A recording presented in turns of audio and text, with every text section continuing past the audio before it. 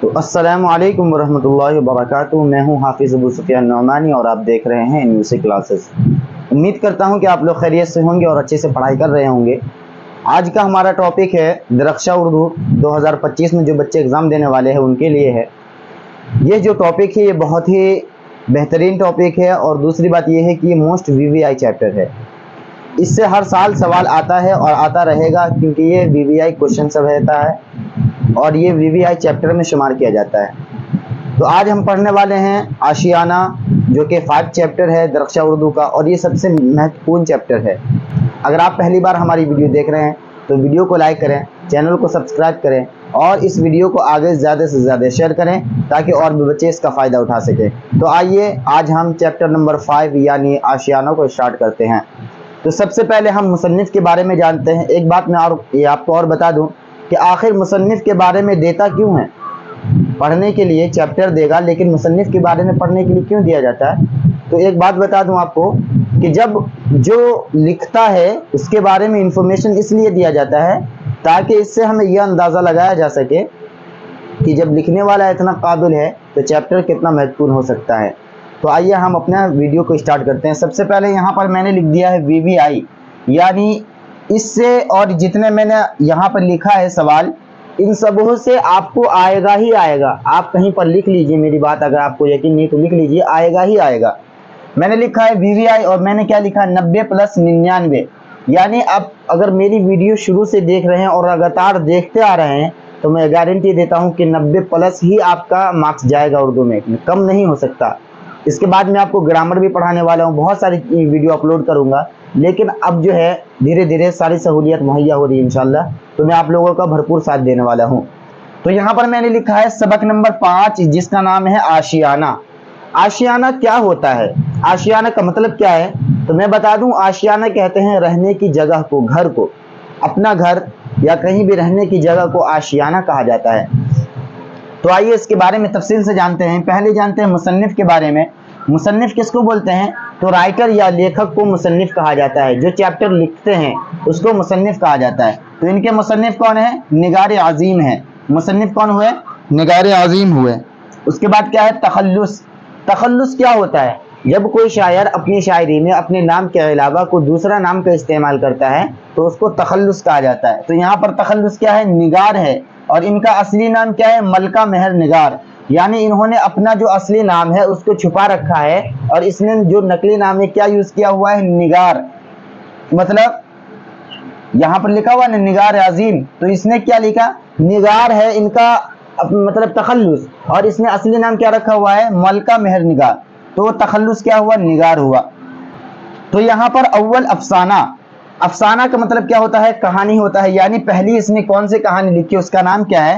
تو اس کا نام عکس ہے۔ اب یہاں پر دیکھیے نگار عظیم کوئی بھی انسان ہوتا ہے یا کوئی بھی لیکھک ہوتے ہیں، وہ کہیں نہ کہیں تک پڑھائی کرتے ہیں۔ تو یہاں پر لکھا ہوا ہے میں نے نگار عظیم نے اردو کے ساتھ ڈرائنگ اور پینٹنگ میں MA کیا۔ نگار عظیم نے کہاں تک پڑھائی کی؟ اردو میں ڈرائنگ، اردو کے ساتھ ساتھ ڈرائنگ اور پینٹنگ میں بھی اس نے کیا کیا؟ MA کیا ہے۔ اس کے بعد کیا لکھا؟ افسانوی مجموعے، یعنی انہوں نے کتنے مجموعے لکھے ہیں افسانوں کے، کتنی کتابیں لکھی ہیں؟ تو 2 کتاب لکھی ہیں۔ پہلا کیا ہے؟ عکس ہے، جو 1990 میں شائع ہوا یعنی اپلوڈ ہوا۔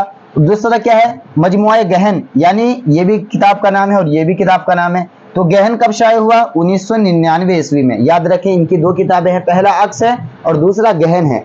اب یہاں پر دیکھیں انہوں نے ایک سفر نامہ بھی لکھا ہے جس کا نام کیا ہے؟ گرد آوارگی۔ گرد آوارگی بہت ہی موسٹ VVI، مطلب ان کے نزدیک وہ موسٹ VVI سفر نامہ ہے، اور یہ کیا کرتے ہیں؟ بہت زیادہ پاپولر ہوا تھا، لوگ اس کو بہت زیادہ پسند کیے تھے۔ سفر نامے کا نام کیا ہے؟ گرد آوارگی، اور یہ بورڈ ایگزام میں آ چکا ہے، آپ یاد کر لیجئے گا۔ تو یہاں پر میں نے سب بتا دیا، ایک بار اور سن لیجئے۔ مصنف یعنی لیکھک کا نام نگار عظیم۔ تخلص یعنی کوئی دوسرا نام استعمال کرنے کو تخلص کہا جاتا ہے، تو وہ کیا ہے؟ نگار۔ اصلی نام کیا ہے؟ ملکہ مہر نگار۔ پہلا افسانہ کون سا ہے؟ تو عکس ہے۔ نگار عظیم نے اردو کے ساتھ ساتھ ڈرائنگ اور پینٹنگ میں بھی MA کیا ہے۔ پہلا افسانہ جو ہے وہ عکس ہے، جو 1990 عیسوی میں شائع ہوا۔ اس کے بعد کیا گہن جو ہے مجموعہ گہن، وہ 1999 عیسوی میں شائع ہوا، اور انہوں نے جو سفر نامہ لکھا اس کا نام کیا ہے؟ گرد آوارگی۔ تو یہ تھا مصنف کے بارے میں جانکاری، جو لیکھک ہوتے ہیں، جو رائٹر ہوتے ہیں، ان کے بارے میں جانکاری تھا۔ اب ہم چیپٹر کی طرف چلتے ہیں۔ آشیانہ کیا ہے؟ آشیانہ کا مطلب میں نے پہلے بتا دیا، وہ ہے کیا؟ گرد آوارگی، وہ افسانہ کا نام ہے۔ یہ آشیانہ مطلب ہوتا ہے کہ گھر اور رہنے کی جگہ۔ تو آئیے ہم یہاں پر میں نے کچھ لکھا ہوا نوٹ، افراد کے نام، یعنی آشیانہ میں جو کتنے کردار ہے جن کا نام استعمال کیا گیا ہے، کتنے آدمی ہیں، کتنے افراد ہیں، ان سب کے میں نے نام لکھ دیا ہے تاکہ آپ لوگوں کو چیپٹر سمجھنے میں کوئی پریشانی نہ ہو۔ دیکھیے یہاں پر سب سے پہلے برکت علی اور زرینہ۔ برکت علی اور زرینہ دونوں میاں بیوی ہیں۔ کون ہیں؟ شوہر اور بیوی ہیں۔ برکت علی اور زرینہ دونوں میاں بیوی ہیں۔ آشیانہ، اس کے اندر کتنے آدمی ہیں جنہوں نے مل کر اس کہانی کو بنایا ہے؟ بنایا تو ایک ہی آدمی ہے، لیکن کتنے افراد ایسے ہیں جو اس کہانی میں ملوث ہیں؟ تو یہاں پر دیکھیے سب سے پہلے برکت علی اور زرینہ۔ برکت علی اور زرینہ مطلب کیا؟ یہ اور یہ دونوں میاں بیوی ہیں۔ ان کی دو اولاد تھی۔ ایک تھی کون؟ پہلا تھا سراج، جو ان کا لڑکا تھا۔ دوسرا ہے کون؟ یہاں پر رقیہ۔ پہلا کون ہے؟ سراج اور رقیہ۔ رقیہ ان کی بیٹی تھی یہ زرینہ کی، اور سراج جو ہے ان کا لڑکا تھا۔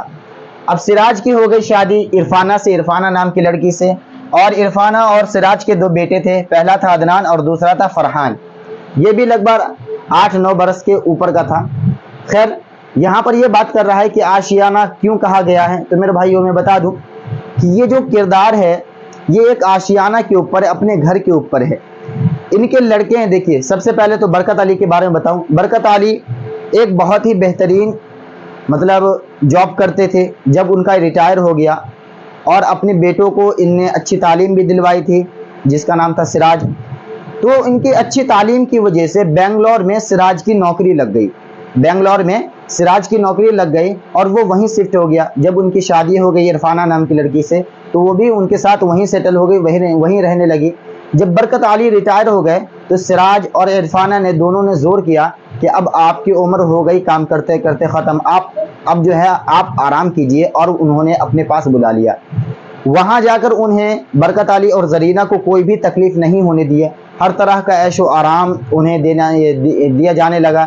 یہاں تک کہ جب میز پر کھانے کی پلیٹیں لگائی جاتی تھی اور موٹی موٹی کیا بولتے ہیں اس کو، گھی اور مکھن کا جو پرت ہوتا ہے موٹا موٹا، وہ لگا کر روٹیوں میں دیا جاتا تھا، تو زرینہ کہنے لگتی تھی کہ اگر اتنا ہم مکھن کھائیں گے تو بیمار ہو جائیں گے۔ تو عرفانہ ہنس دیتی تھی اور بولتی تھی کہ اگر آپ اس عمر میں نہیں کھائیے گا تو طاقت کہاں سے آئے گی؟ تو دونوں میں بہت ہنسی مذاق ہو جاتا تھا۔ اب یہاں بات سوچنے کی یہ ہے کہ زرینہ کو سمجھیے کہ گھر کے جو کام کاج ہوتے ہیں وہ بھی نہیں کرنے دیا جاتا تھا۔ عرفانہ اور سراج دونوں یہ چاہتے تھے کہ اب ہماری والدین کیا کرے؟ آرام کرے اور کوئی بھی کام نہیں کرے۔ یہاں تک کہ ان کے گھر میں دو آیا لگی ہوئی تھی، آیا کہتے ہیں نوکرانی کو، جو ان کے گھر کا سارا کام کرتی تھی۔ سراج صبح اٹھتا تھا اور آفس چلا جاتا تھا۔ عرفانہ بھی یہ چاہتی تھی کہ میں بھی کام کروں، میں بھی پڑھی لکھی آدمی ہوں۔ اسی بات پر سراج اور عرفانہ سے کبھی کبھی لڑائیاں بھی ہو جاتی تھی۔ تو کیا کرتی زرینہ جو اس کی ماں تھی، وہ کبھی کبھی موقع دیکھ کر سراج کو بولتی تھی کہ بہو تو پڑھی لکھی ہے، اگر وہ کام کرنا ہی چاہتی ہے تو اس کو کام کرنے دیا کیجیے، اس میں رونے اور گھبرانے کی کیا بات ہے؟ تب کیا یہ سراج بولتا کہ اماں یہاں کا ماحول ٹھیک نہیں ہے، الحمدللہ ہمارا جو ہے وہ ٹرانسفر ہو رہا ہے، یعنی ہماری سیلری میں اضافہ ہو رہا ہے، تو میں اپنی بیوی کو کام کرنے کیوں دوں؟ اور یہاں آپ نہیں جانتے یہاں کا ماحول کیا ہے، دن بھر بسوں کے یہ دھکے کھانے پڑتے ہیں۔ بہرحال تو یہاں پر یہی بات ہے کہ سراج اور عرفانہ جب اپنی والدین کو اپنے پاس بلا لیے، کسی طرح کا کوئی پریشانی نہیں دی، ہر طرح کا سکھ چین دینا شروع کر دیا۔ زرینہ سوچتی تھی کہ میں اپنے بیٹے اور بہو کے لیے ان کے پسندیدہ ڈش بناؤں، کھانا بناؤں، لیکن وہ بھی ناممکن ہو گیا تھا، کیونکہ جب عرفانہ کے پاس کچن میں جاتی تو عرفانہ اتنے پیار سے منع کر دیتی کہ واہ امی جان، آپ تو شروع سے کام کرتے کرتے تھک گئی ہوں گی، اب آرام کیجیے، اب ہماری باری ہے، اب ہم آپ کو کر کے کھلائیں گے۔ یہاں تک کہ برکت علی اندر ہی اندر ایک گھٹن سی محسوس کرنے لگے تھے، کیونکہ جو کام کرنے والے ہوتے ہیں، انسان ہوتے ہیں، انسانیت ہوتی ہے، وہ بیٹھا بیٹھا تھک جاتا ہے۔ جیسا کہ ایک لوہے کو اگر کھلا چھوڑ دیا جائے، اسے کوئی کام نہ لیا جائے تو وہ کیا ہوتا ہے؟ اس میں جنگ لگ جاتا ہے۔ اسی طریقے سے جو کام کرنے والے انسان ہوتے ہیں، ویکتی ہوتے ہیں، وہ اگر بیٹھے رہیں، صرف کتابیں پڑھتے رہے، بیٹھے رہے، تو ان کے جسم میں بھی جنگ لگنا سٹارٹ ہو جاتا ہے، شروع ہو جاتا ہے۔ تو وہ یہ چاہتے تھے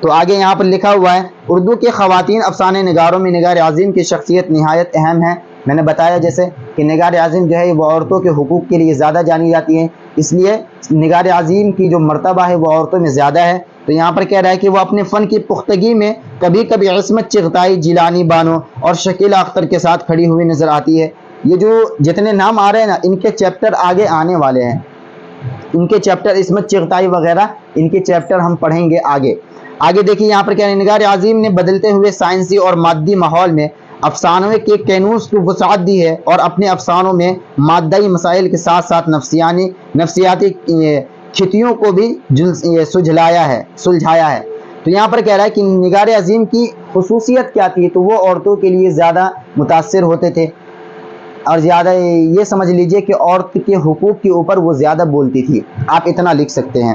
آگے کہہ رہا ہے 5 نمبر کا سوال تو بہت زیادہ ہو جاتا ہے، لیکن آپ کو زیادہ سمجھنے کی ضرورت نہیں ہے. سوال نمبر 5 میں دیکھیے کیا لکھا ہوا ہے، مندرجہ ذیل الفاظ سے جمع بنائیے، یعنی ضد، خدمت، موقع، حق، منزل. یعنی کہہ رہا ہے کہ ضد، واحد اور ازداد میں کیا فرق ہے. دیکھیے واحد جمع الگ ہوتا ہے، ضد ازداد الگ ہوتا ہے. واحد کا معنی ہوتا ہے ایک اور جمع کا معنی ہوتا ہے بہت سارا. یعنی اگر کوئی ایک بات کر رہا ہے جیسے پنکھا، تو پنکھا ہم بولیں گے تو وہ ایک ہی ہوگا، لیکن پنکھے جب بولیں گے تو وہ بہت سارا ہو جائے گا. تو اسی طریقے سے یہاں پر کیا لکھا ہوا ہے، سب سے پہلے لکھا ہوا ضد کا الٹا ہو جاتا ہے ازداد. ضد ازداد کا معنی ہوتا ہے الٹا کر دینا. اگر دن پوچھ رہا ہے تو رات ہو جائے گا، رات پوچھ رہا ہے تو دن ہو جائے گا. تو یہاں پر سب سے پہلے ضد ہے تو اس کا کیا ہو جائے گا ازداد. حق ہے تو اس کا کیا ہو جائے گا خدمت ہے تو کیا ہو جائے گا خدمات. موقع ہے تو یہ کیا ہو جائے گا مواقع. یہ واحد اور جمع کی بات پوچھ رہا ہے، واحد اور جمع یعنی ایک اور بہت سارا. ایک ہوگا ضد اور بہت سارا ہوگا ازداد. خدمت ہوگا ایک، خدمات ہوگا بہت سارا. موقع ہوگا ایک، مواقع ہوگا بہت سارا. اب کہہ رہا حق ہوگا ایک، حقوق ہوں گے بہت سارے. مسئلہ ہوگا ایک، مسائل ہوں گے بہت سارے. منزل ہوں گے ایک اور منازل ہوں گے بہت سارے. تو یہاں تک ہمارا چیپٹر کمپلیٹ ہوا. امید کرتا ہوں کہ آپ کو یہ ویڈیو اچھی لگی ہوگی اور پورا چیپٹر سمجھ میں آیا ہوگا. اگر کوئی بھی پریشانی آپ کو ہو رہی ہے تو مجھے کامنٹ کیجئے، میں اس کا جواب ضرور دوں گا انشاءاللہ. اور اگر پہلی بار پھر ویڈیو دیکھ رہے ہیں، پھر ایک بار بتا دوں کہ اگر میری ویڈیو پہلی بار دیکھنے ہیں تو ویڈیو کو لائک کریں، چینل کو سبسکرائب کریں اور ہمارے چینل سے جڑیے تاکہ آپ کو بہار بورڈ میں کوئی بھی پریشانی کا سامنا نہیں کرنا پڑے اور 2025 کے ایگزامینیشن میں آپ اچھے سے اچھا نمبر لائیں. ابھی تک کے لیے بس اتنا ہی. السلام علیکم ورحمۃ اللہ وبرکاتہ.